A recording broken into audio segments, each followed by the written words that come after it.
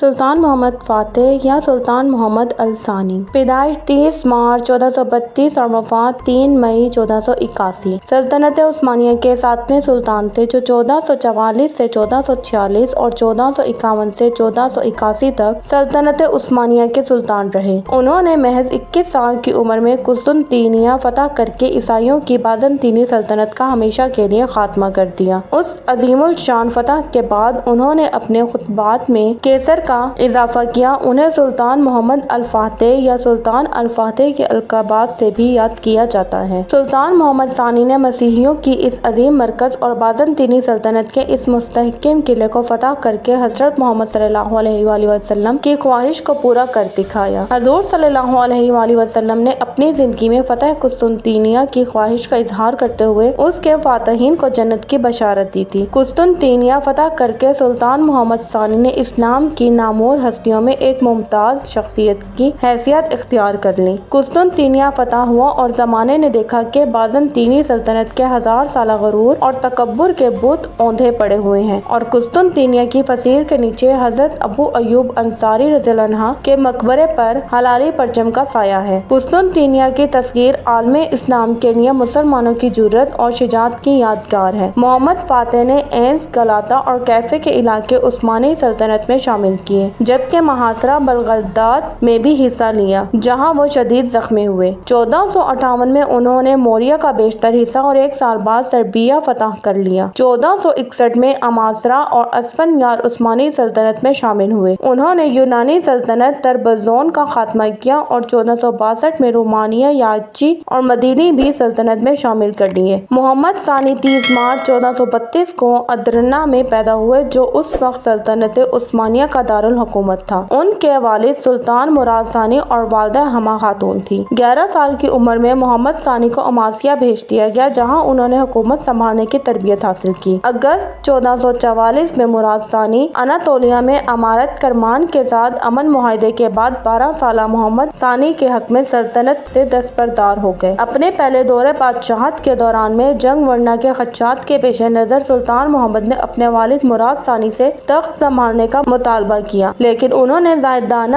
زندگی کو ترجیح دیتے ہوئے اس سے انکار کر دیا، جس پر محمد ثانی نے انہیں ایک خط لکھا جس میں درج تھا کہ اگر آپ سلطان ہیں تو آئیے اور فوج کی کمان سنبھالیے، لیکن اگر میں سلطان ہوں تو میں آپ کو حکم دیتا ہوں کہ میری فوج کی قیادت سنبھالیں۔ اس خط کے بعد سلطان مراد نے 1444 میں جنگ ورنا میں عثمانی افواج کی قیادت کی اور 10 نومبر 1444 کو ورنا کی جنگ جیت لی۔ 1446 میں جب مراد دوم تخت پر واپس آئے، محمد ثانی نے سلطان کا خطاب برقرار رکھا لیکن صرف مینسیا کے گورنر کے طور پر کام کیا۔ 1451 میں مراد دوم کی موت کے بعد محمد ثانی دوسری بار سلطان بنے۔ کرمان کے ابراہیم دوم نے متنازع علاقے پر حملہ کیا اور عثمانی حکمرانی کے خلاف مختلف بغاوتوں کو اکسایا۔ محمد ثانی نے کرمان کے ابراہیم کے خلاف اپنی پہلی مہم چلائی۔ بازنطینی سلطنت نے عثمانی دعویدار اورہان کو رہا کرنے کی دھمکی دی۔ 1451 میں اپنے والد سلطان مراد ثانی کی وفات پر سلطان محمد ثانی نے دوسری مرتبہ تخت سنبھالا اور 2 سال بعد ہی محاصرہ قسطنطنیہ میں کامیابی حاصل کر کے بازنطینی سلطنت کا ہمیشہ کے لیے خاتمہ کر دیا۔ اس فتح کے بعد سلطان موریہ کو فتح کیا اور بازنطینی حکومت کی یہ آخری نشانی بھی 1461 میں ختم کر دی۔ قسطنطنیہ کی فتح نے سلطنت عثمانیہ کو ایک دنیا بھر میں شاندار عظمت اور عزت عطا کی اور عثمانی پہلی بار ایک بھرپور قوت کے طور پر ابھرے۔ فتح قسطنطنیہ کے بعد محمد ثانی نے اپنے لیے کیسر روم کا خطاب چنا۔ فتح قسطنطنیہ کی خوشخبری ایک حدیث میں بیان کی گئی تھی جس میں حضور صلی اللہ علیہ وآلہ وسلم نے فرمایا کہ ترجمہ تم ضرور بل ضرور قسطنطنیہ فتح کرو گے، وہ فاتح بھی کیا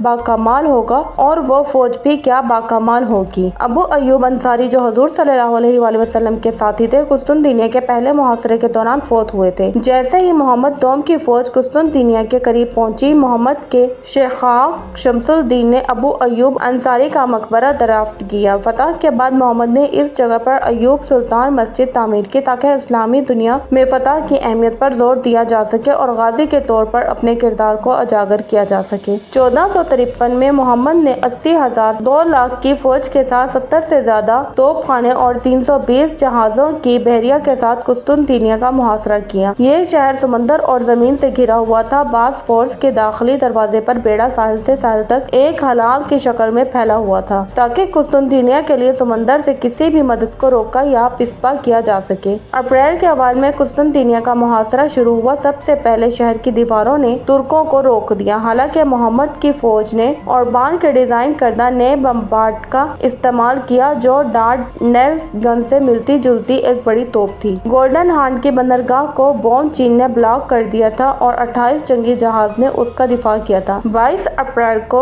محمد نے اپنے ہلکے جنگی جہازوں کو گلاٹا کی جمہوریہ جینوا کے ارد گرد اور گولڈن ہارن کے شمالی ساحل پر پہنچایا۔ 1 میل سے تھوڑا زیادہ لکڑی سے راستہ ہموار کرنے کے بعد باسفورس سے اسی گیلیوں کو منتقل کیا گیا۔ اس طرح بازنطینی باشندوں نے اپنی فوجیں دیواروں کے ایک لمبے حصے پر پھیلا دی۔ تقریباً 1 ماہ بعد قسطنطنیہ 29 مئی کو 57 دن کے محاصرے کے بعد فتح کر لیا گیا۔ اس فتح کے بعد محمد نے عثمانی دارالحکومت کو ادرنہ سے قسطنطنیہ منتقل کر دیا۔ قسطنطنیہ کی فتح کے بعد محمد نے رومن سلطنت کے قیصر کے لقب کا دعویٰ کیا، اس دعوے کی بنیاد پر کہ قسطنطنیہ 330 عیسوی سے رومی سلطنت کا دارالحکومت رہا تھا اور جو بھی شاہی دارالحکومت کا مالک تھا وہ سلطنت کا حکمران تھا۔ عصری عالم جارج آف ٹریبیزونڈ نے اس دعوے کی حمایت کی۔ اس دعوے کو کیتھولک چرچ اور مغربی یورپ کے بیشتر اکثر نہیں مانتے۔ چرچ نے اسے تسلیم کیا تھا۔ محمد نے مغرب کے ایک سخت مخالف جینیڈیس اسکولرس کو تمام نسل پرست کی حیثیت اور جائیداد کے حقوق کے ساتھ قسطنطنیہ کے اکمونیکل سرپرست کے طور پر نصب کیا تھا، جس نے اسے خود 1454 میں سلطان کے بعد سلطنت کا دوسرا سب سے بڑا ذمہ دار بنا دیا تھا، اور اس کے نتیجے میں جیریڈیوس دوم نے محمد کو تخت کے جانشین کے طور پر تسلیم کیا۔ شہنشاہ قسطنطینیاس داہم پالایولوگوس کا کوئی وارث پیدا کیے بغیر انتقال ہو گیا، اور اگر قسطنطنیہ عثمانیوں کے قبضے میں نہ آتا تو غالباً اس کے متوفی بڑے بھائی کے بیٹے اس کا جانشین ہوتے۔ قسطنطنیہ کے زوال کے بعد ان بچوں کو محمد کی محل خدمت میں لے جایا گیا۔ سب سے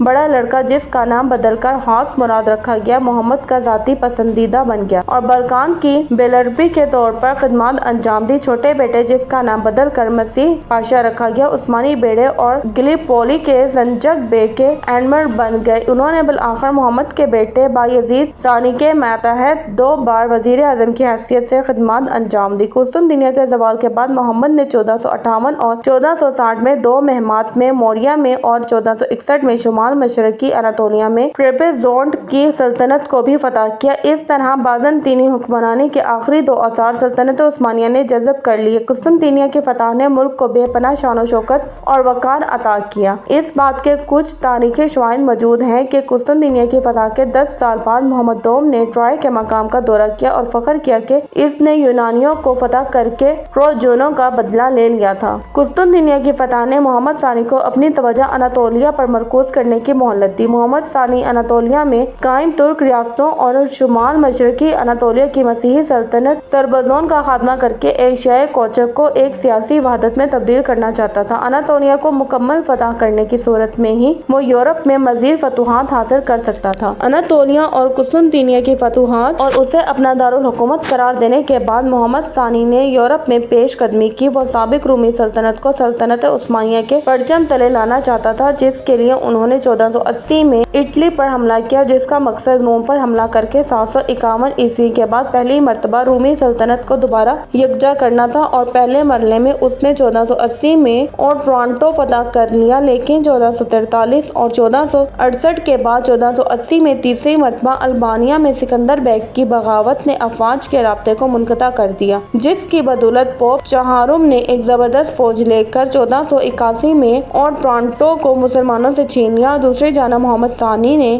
بلقان کی تمام چھوٹی ریاستوں کو فتح کر لیا اور مشرقی یورپ میں بلغراد تک پہنچ گیا، جہاں 1456 میں بلغراد کا محاصرہ کیا، لیکن جون ہونیاڈے کے خلاف کامیاب نہ ہو سکا۔ 1462 میں اس کا افلاک کے شہزاد ولیڈ سوم ڈراکولا سے بھی تصادم ہوا۔ 1475 میں عثمانیوں کو جنگ وسلوئی میں مالدوا کے اسٹیفن عالم کے ہاتھوں شکست ہوئی۔ چند شکستوں کے باوجود محمد فاتح کے دور میں عثمانی سلطنت کا رقبہ کافی وسیع ہوا۔